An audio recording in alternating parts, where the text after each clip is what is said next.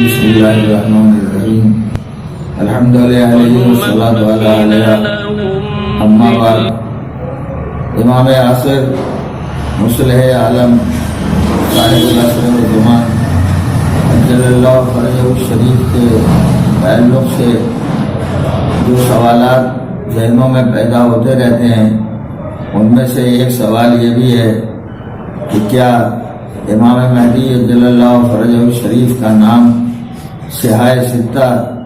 یعنی اہل سنت کی 6 معتبر کتابوں میں آیا ہے یا نہیں؟ اس کا جواب یہ ہے کہ اس میں کوئی شک نہیں ہے کہ امام مہدی اجل اللہ فرجہ الشریف کا نام تمام صحیح کتابوں میں سوائے صحیح بخاری کے آیا ہے. صحیح ترمذی میں،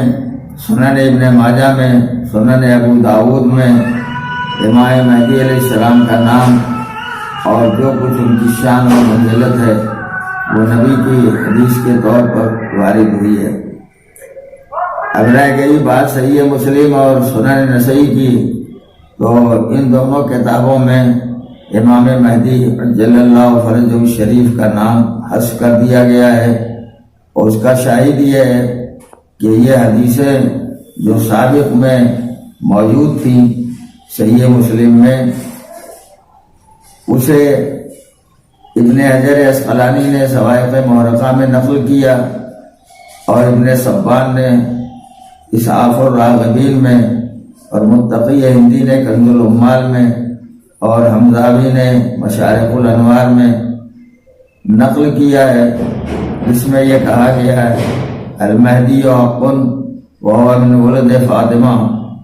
مہدی حق ہیں اور وہ جناب فاطمہ کی اولاد سے ہیں. یہ ساری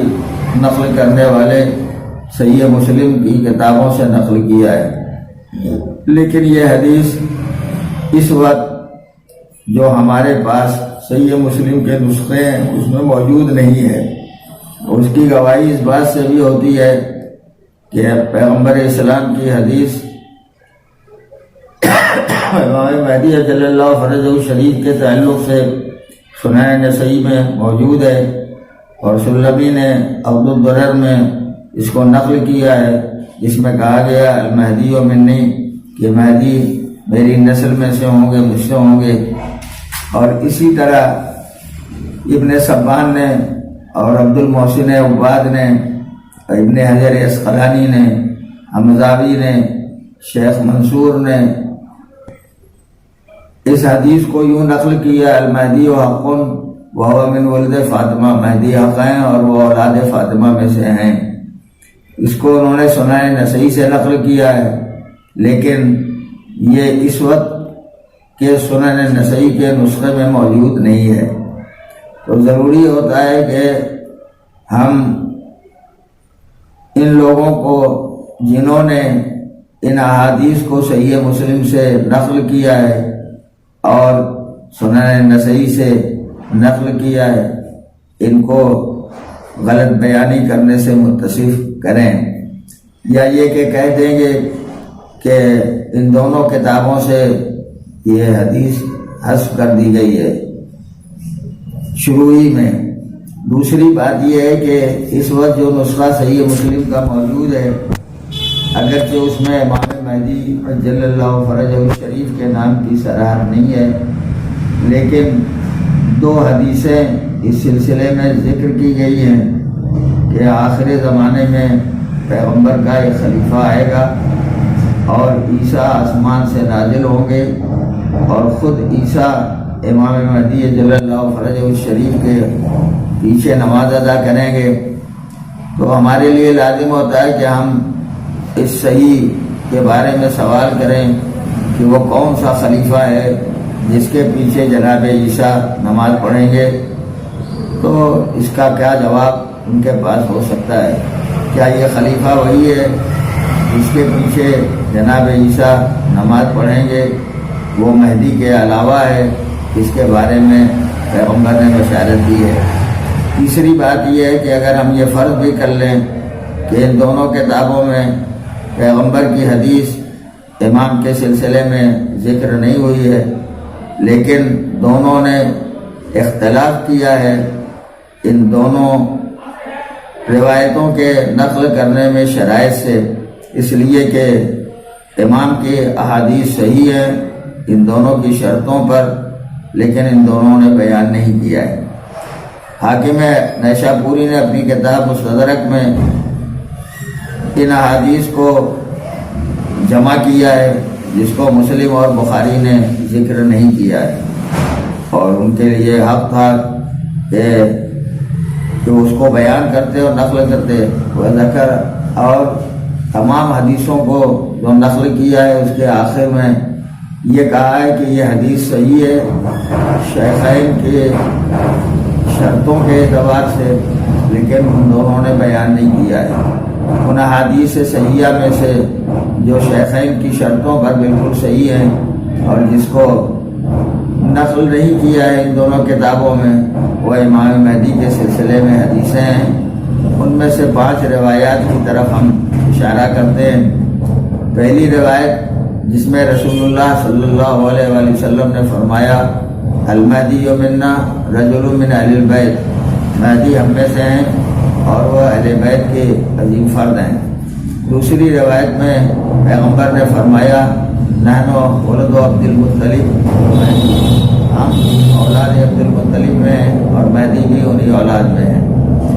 تیسری روایت ہے المہدی منی، مہدی ہم سے ہیں، اجل الجبہۃ، ان کی پیشانی روشن ہے، اسن الانف، اقن الانف، ان کی پیشانی اور ان کی ناک لمبی ہے۔ چوتھی حدیث میں ہے پھر میری عطرت میں سے ایک شخص نکلے گا، اور 5ویں حدیث میں فرمایا کہ جب تم کالے جھنڈے دیکھو تو اس میں سمجھو کہ اللہ کا خلیفہ مہدی موجود ہے۔ چوتھی بات یہ ہے کہ کیا صحیح ترمذی اور سنن ابن ماجہ اور سنن ابو داؤد کا شمار سیاح ستہ میں ہے یا نہیں ہے۔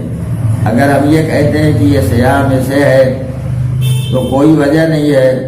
کہ یہ ساری احادیث جو ذکر کی گئی ہے تمام سیاح میں وہ اس حیثیت سے اس کو ذکر نہ ہو، یہ صحیح نہیں ہے۔ اسی طرح ابن تیمیہ جنہوں نے بہت سی روایات اور احادیث کو ضعیف قرار دیا ہے اور ظلم کی نسبت دی ہے شیعوں کی طرف، اس نے احادیث مہدی کی تصحیح بھی کی ہے اور اپنی کتاب میں کہا ہے کہ وہ احادیث جن کے ذریعے سے امام مہدی کے ظہور پر احتجاج اور دلیل قائم کی جاتی ہے وہ حدیثیں صحیح ہیں، اور اس کی روایت ابو داؤد اور ترمذی نے اور احمد اور ان کے علاوہ نے ابن مسعود وغیرہ کے طریقے سے کیا ہے۔ رہ گئی بخاری کی بات، تو اگرچہ اس نے امام مہدی کے سلسلے میں مستقل حدیث کو نقل نہیں کیا ہے اپنی سیاح میں، لیکن اپنی تاریخ میں ذکر کیا ہے امام مہدی جل اللہ فرجہ شریف کا نام متعدد مقامات پر، اور یہ حدیث المہدی من اہل البیت کو نقل کیا ہے پیغمبر سے، اور اسی طرح اشارہ کیا ہے اپنی تاریخ میں کہ المہدی حق من ولد فاطمہ،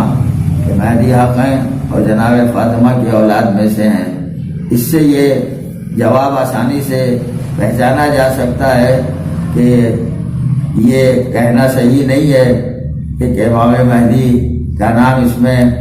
سیاح ستہ میں بخاری اور مسلم میں نہیں آیا تو انہیں تسلیم نہ کیا جائے۔ دوسری سیاح کا بیان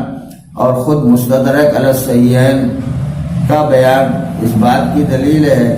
کہ حدیث بالکل صحیح تھی جیسا کہ سیاح تاریخ سیاح میں بیان ہوا ہے، لیکن انہوں نے جان بوجھ کر اسے نقل نہیں کیا ہے اور اسے کوشش کی ہے کہ اس حدیث کو حذف کر دیا جائے تاکہ دوسروں کے لیے کوئی ثبوت فراہم نہ ہو سکے، جبکہ یہ ایک حقیقت ہے اور اس حقیقت کا اعتراف نہ کرنا انسان کے لیے سوائے جھوٹ اور غلطی کی جانے کے اور کوئی دوسری بات نہیں ہو سکتی ہے۔ ساری معتبر کتابوں میں اہل سنت حضرات نے اسے نقل کیا ہے، اور ان کا نقل کرنا خود اس بات کی دلیل ہے کہ چاہے صحیح مسلم اور بخاری میں واضح طور پر نہ ہو مگر اشارے کے طور پر ملتی ہے۔ اس اشارے کا سمجھنا ہر انسان کے لیے نہیں ہے، جو روایت اور حدیث کی وادی میں اترے گا وہ اسے آسانی سے سمجھ سکتا ہے اور صحیح منزل کی طرف جا سکتا ہے۔ الحمدللہ رب العالمین۔ ہو گیا جی کیا منٹ؟